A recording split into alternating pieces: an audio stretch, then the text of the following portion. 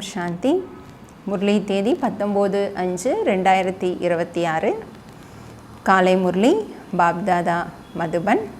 இந்த முரளியில் பாபா நம்மை ஆத்ம அபிமானியாகி இருங்கள், நடக்கும் பொழுதும் உட்காரும் பொழுதும் எப்பொழுதுமே இந்த பயிற்சியை செய்தால் மிகுந்த முன்னேற்றம் ஏற்படும்னு சொல்கிறாரு. அடுத்து சிவபாபா நினைவில் இருக்கக்கூடிய பயிற்சியை அதிகப்படுத்துங்கன்னு நினைவுக்கான முக்கியத்துவத்தை நமக்கு கூறுகிறார். ஸோ முரளி ஹெட்டிங்: இனிமையான குழந்தைகளே, ஆத்ம அபிமானியாகி இருங்கள். நடக்கும் போதும் திரும்ப வரும்போதும் அமரும் போதும் எழும்போதும் இதே பயிற்சியை செய்தபடி இருந்தீர்கள் என்றால் மிகவும் முன்னேற்றம் ஏற்படும். கேள்வி: தந்தையின் துல்லியமான நினைவு எந்த குழந்தைகளின் புத்தியில் இருக்கும்? தந்தையின் துல்லியமான நினைவு எந்த குழந்தைகளின் புத்தியில் இருக்கும்? பதில்: தந்தையை சரியான முறையில் அறிந்த குழந்தைகளின் புத்தியில் இருக்கும். புள்ளியை எப்படி நினைவு செய்வது என பல குழந்தைகள் கேட்கின்றனர். பக்தியிலோ அகண்ட ஜோதி என புரிந்து கொண்டு நினைவு செய்து வந்தோம். இப்போது புள்ளி என சொல்வதினால் குழம்பி போகின்றனர். ஆகையால் தந்தை அகண்ட ஜோதி அல்ல, அவர் அதி சூக்ஷ்மமான ஒளி புள்ளி என்பதை முதலாக நிச்சயப்படுத்த வேண்டும். அப்போது துல்லியமான நினைவு இருக்க முடியும்.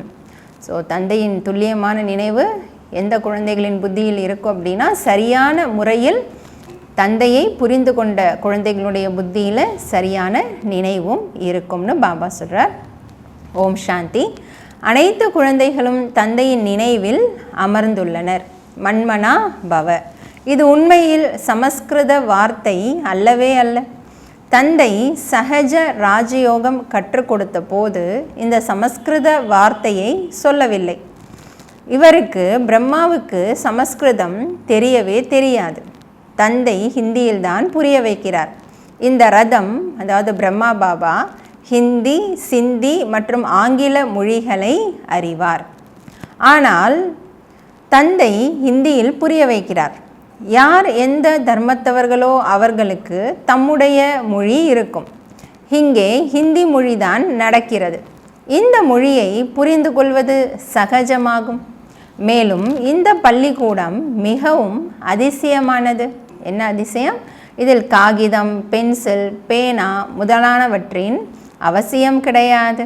அதாவது நிறைய நோட்ஸ் எடுத்துக்கிட்டே இருக்கணும் அப்படி இல்லை.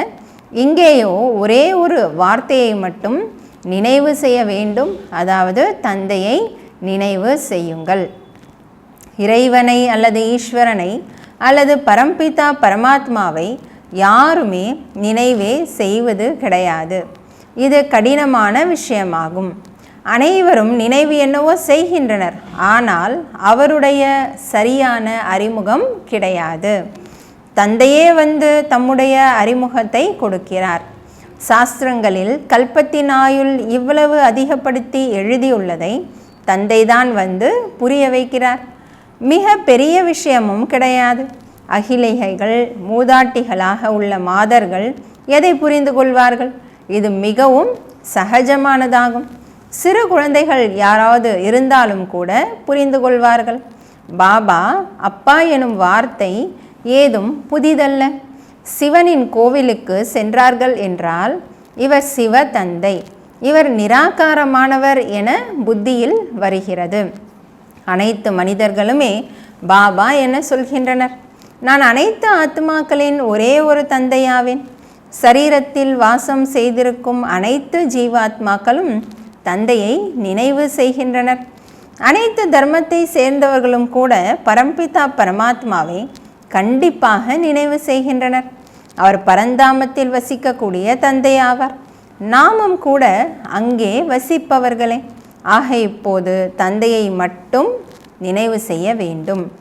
நாம் தூய்மை அடைய வேண்டும் என விரும்புகின்றனர்.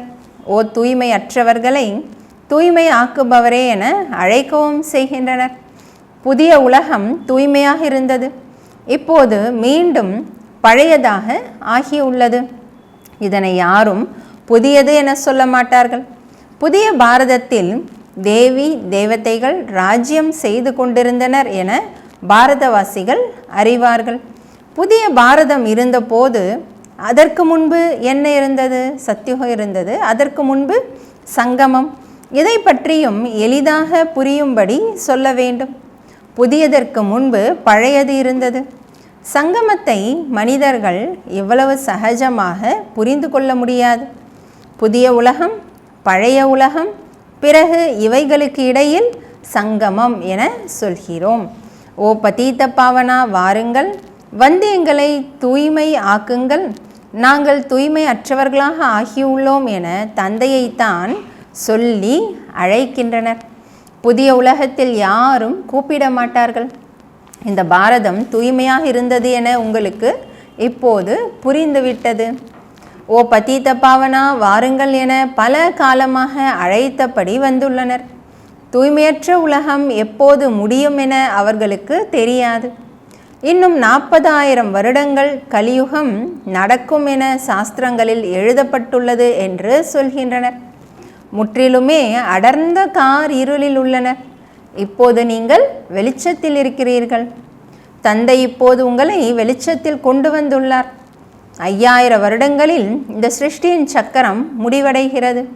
நேற்றைய விஷயமாகும். நீங்கள் ராஜ்யம் செய்து கொண்டிருந்தீர்கள். இந்த லக்ஷ்மி நாராயணரின் ராஜ்யம் இருந்தது, ஸ்வர்க்கம் இருந்தது. தூய்மையான உலகத்தில் எந்த உபத்திரவமும் இருக்க முடியாது. தொந்தரவு ராவண ராஜ்யத்தில் ஏற்படுகிறது. இங்கு தந்தை உங்களுக்கு புரிய வைக்கிறார். நீங்கள் நேரடியாக காதுகளால் கேட்கிறீர்கள்.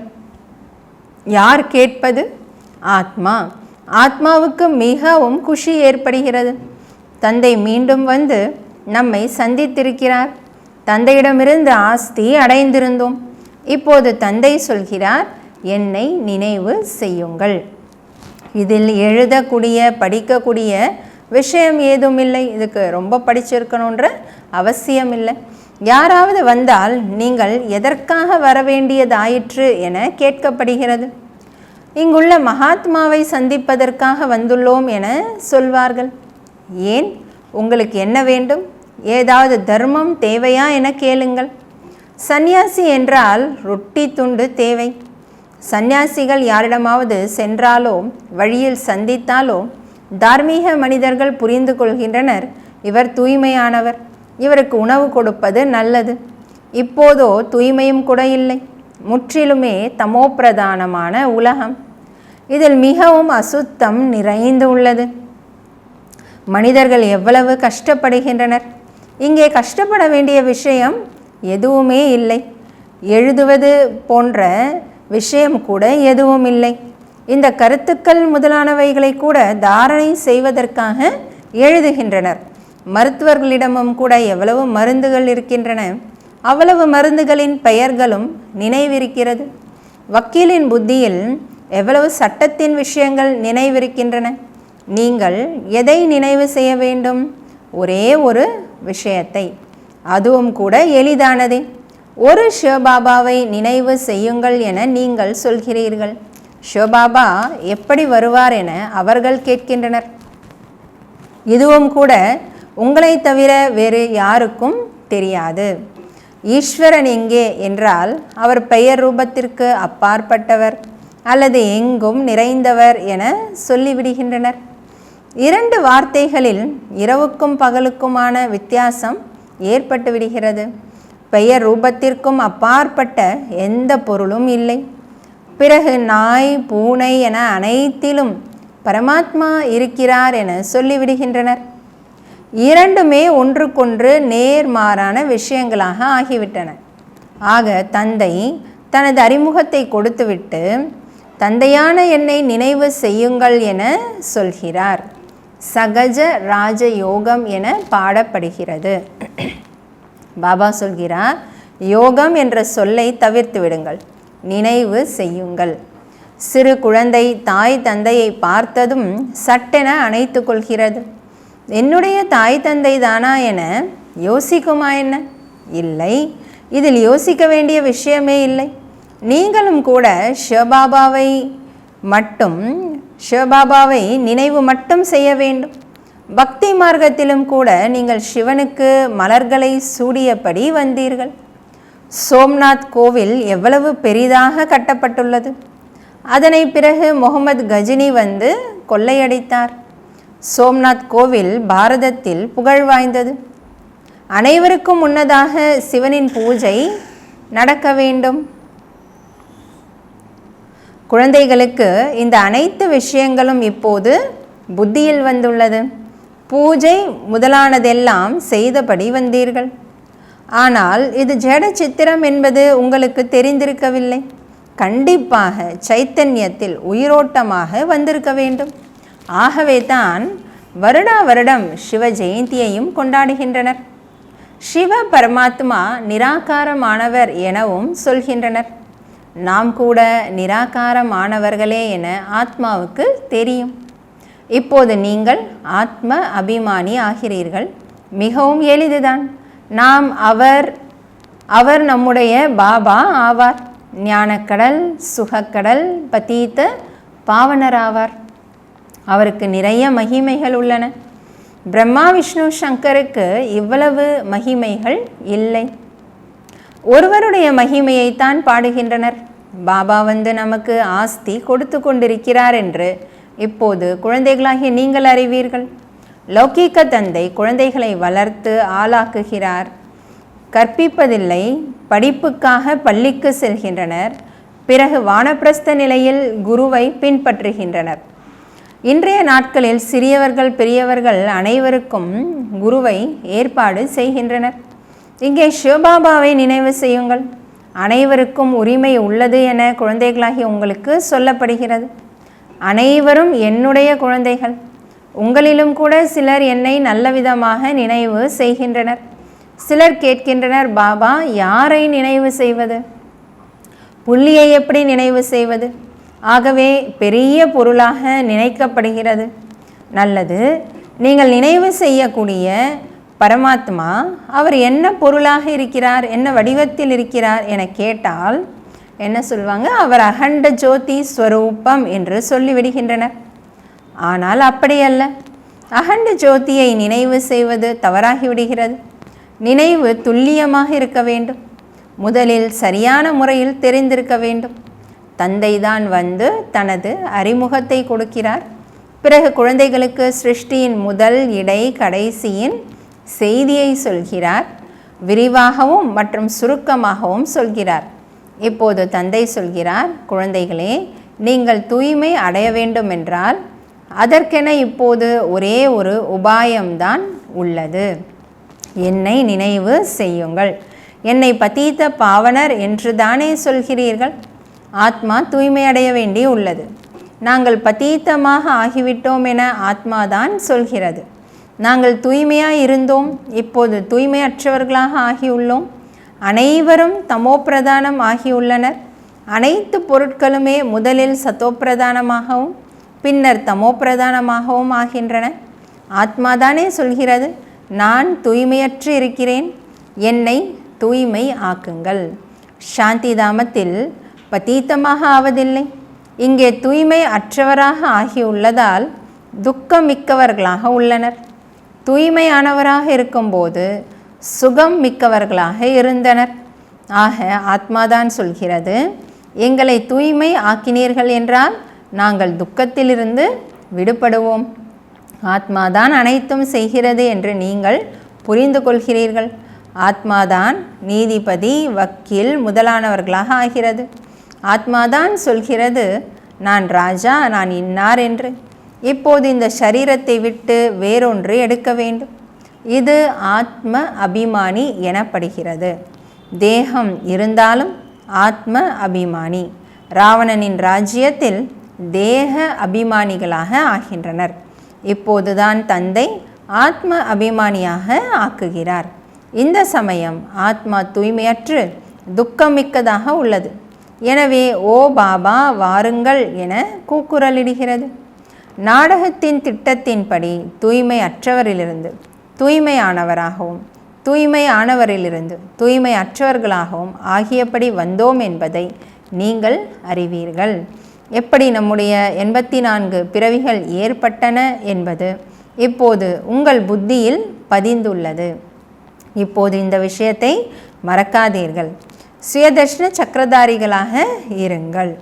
அமரும் போதும், எழும்போதும், நடக்கும் போதும், சுற்றும் போதும் நமக்கு புத்தியில் இந்த முழு ஞானமும் இருக்கிறது.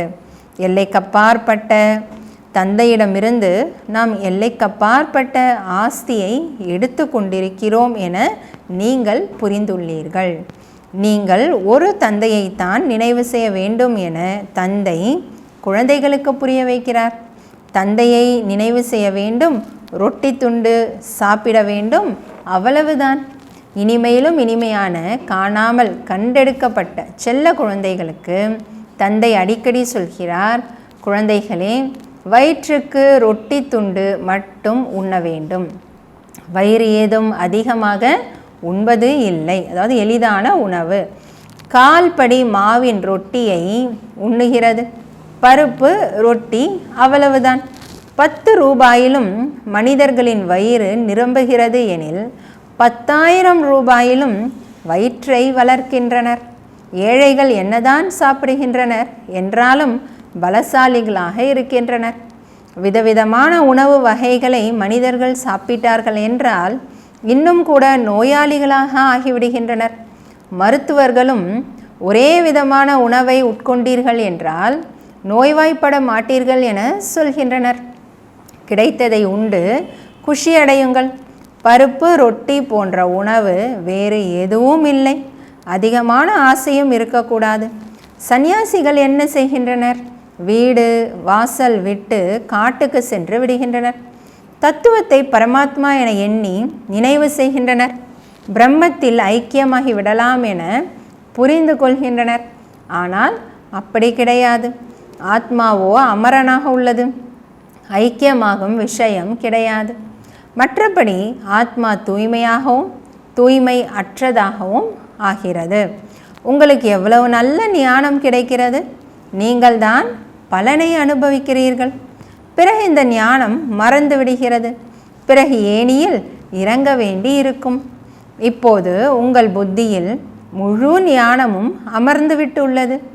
நாம் 84 பிறவிகளை எப்படி அனுபவம் செய்கிறோம்? இந்த நடிப்பு ஒருபோதும் யாருடையதும் நின்று போகாது.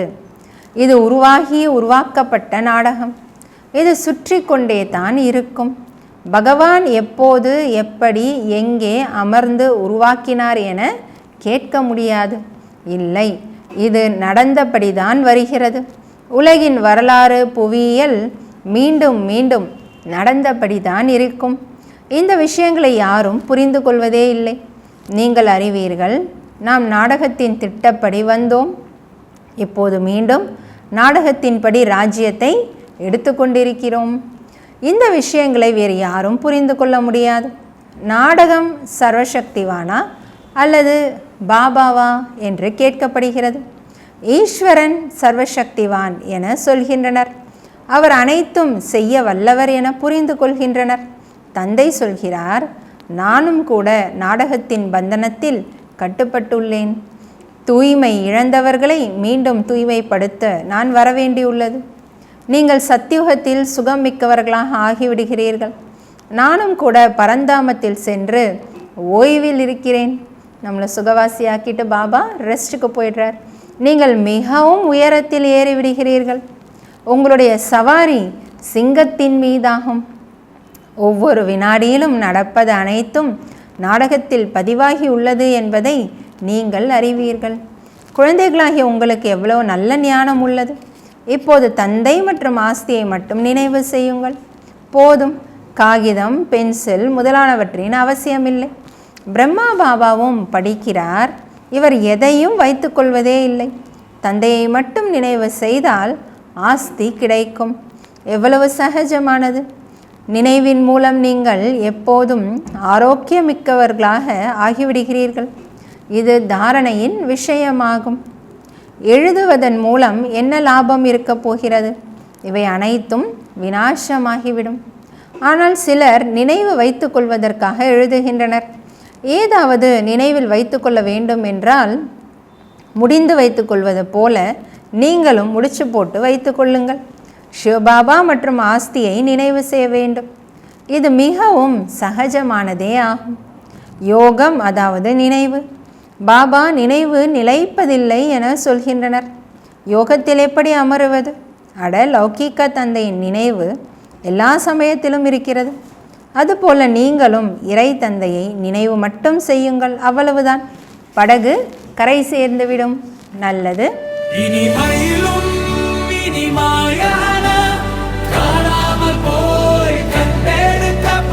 செல்ல குழந்தைகளுக்கு தாயும் தந்தையுமா பாத்தாதாவின் அன்பு நினைவுகளும் காலை வணக்கமும் ஆன்மீக குழந்தைகளுக்கு ஆன்மீக தந்தையின் நமஸ்காரம்.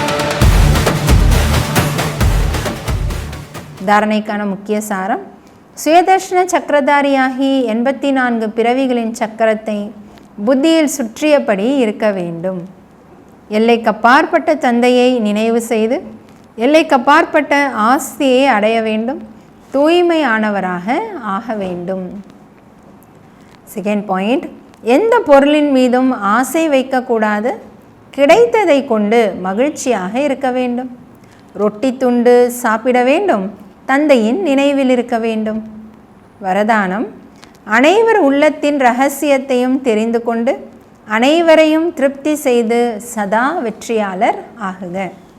அனைவர் உள்ளத்தின் இரகசியத்தையும் தெரிந்து கொண்டு அனைவரையும் திருப்தி செய்து சதா வெற்றியாளர் ஆகுக. வெற்றி அடைய வேண்டுமெனில் அனைவர் உள்ளத்தின் இரகசியத்தையும் தெரிந்து கொள்ள வேண்டும். ஒருவர் வாயிலிருந்து வெளிப்படும் சொல்லை வைத்து அவர்களின் உள்ளத்தை புரிந்து கொண்டால் வெற்றி அடையலாம். ஆனால் உள்ளத்தை புரிந்து கொள்ள உள்முகமாக வேண்டும். எந்த அளவு உள்முகம் ஆவீர்களோ அந்த அளவு ஒவ்வொருவர் உள்ளத்தையும் புரிந்து கொண்டு அவர்களை திருப்தி செய்யலாம். திருப்தி செய்பவர்களே வெற்றி அடைவார்கள். ஸ்லோகன்: வைராகியம் என்பது நல்லதொரு நிலமாகும். அதில் போடும் ஒவ்வொரு விதையும் அவசியம் நல்லதொரு விளைச்சலை தரும். வைராகியம் என்பது நல்லதொரு நிலமாகும். அதில் போடும் ஒவ்வொரு விதையும் அவசியம் நல்லதொரு விளைச்சலை தரும். அவ்யக்த சமிக்கை: சதா ஆடாத அசையாத உறுதியான ஒரே சீரான மனோநிலையை அனுபவம் செய்யுங்கள். சதா ஊக்கம் உற்சாகத்துடன் சீரான மனநிலையில் இருப்பதற்கு தொடர்பில் வருபவர்கள் ஆயினும் மாணவரோ சக துணைவர்களோ அனைவரையும் திருப்தி செய்ய வேண்டும். பார்ப்பவர் அனைவரிடத்திலிருந்தும் குணமே பாருங்கள்.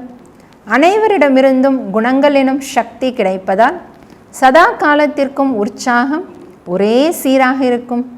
குணத்தையே கிரகியுங்கள். தீய குணங்களை பார்த்தும் பாராமுகமாக இருங்கள். ஓம் சாந்தி.